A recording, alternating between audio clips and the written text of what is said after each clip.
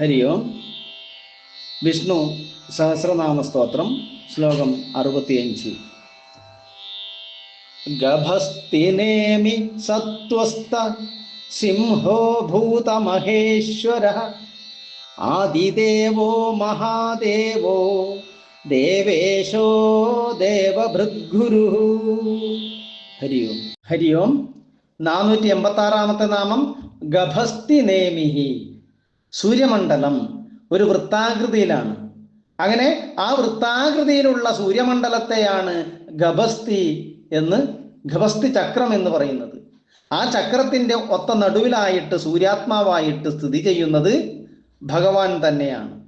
ആ ഗതസ്ഥിതിയെ ഒരു ചക്രമായിട്ട്, നേമി എന്നാൽ ഒരു രഥചക്രത്തിന് തുല്യമായ ചക്രം എന്നാണ് അർത്ഥം. അങ്ങനെ ആ ഗഭസ്തി ചക്രത്തിന്റെ മധ്യത്തിൽ സൂര്യാത്മാവായി സ്ഥിതി ചെയ്യുന്നവൻ, സൂര്യനാരായണനായി സ്ഥിതി ചെയ്യുന്നവൻ എന്ന അർത്ഥത്തിലാണ് ഗഭസ്തി നേമി.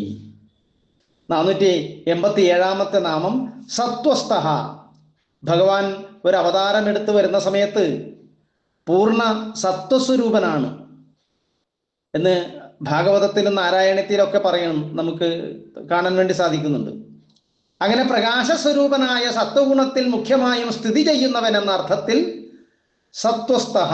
ഇനി അല്ലെങ്കിൽ സത്വങ്ങളിൽ, അതായത് ഈ ഭൂമിയിലെ ഈ പ്രപഞ്ചത്തിലെ എല്ലാ ജീവികളിലും സത്വങ്ങൾ എന്നാൽ ജീവികൾ, അവയിൽ ജീവാത്മസ്വരൂപയാണ് സ്ഥിതി ചെയ്യുന്നത്, ജീവാത്മസ്വരൂപമായിട്ടാണ് സ്ഥിതി ചെയ്യുന്നത്.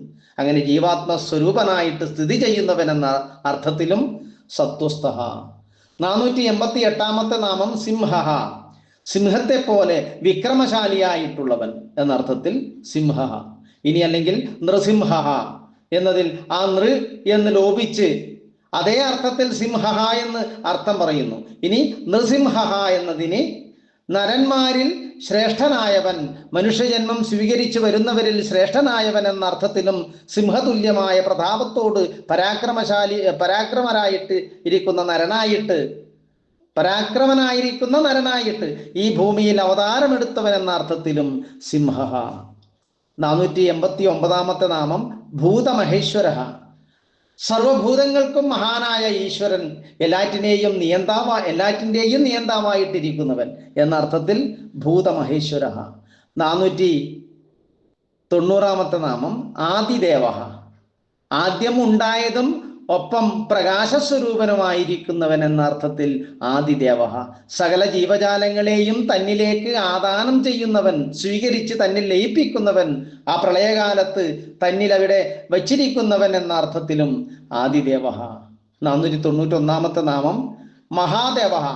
തൻ്റെ എല്ലാ ഭാവത്തെയും പരിത്യജിച്ച് മഹത്തായ ആത്മജ്ഞാനത്തെയോ അല്ലെങ്കിൽ മഹത്തായ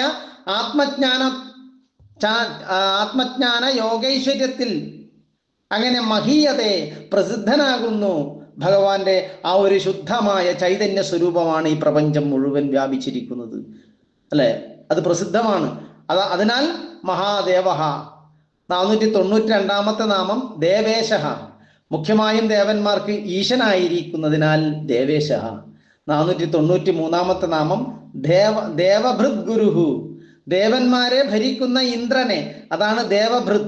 ആ ഇന്ദ്രനെയും ശാസിക്കുന്നവനായ ഗുരു, അങ്ങനെയുള്ളവൻ എന്ന അർത്ഥത്തിൽ ദേവഭൃത് ഗുരുഃ.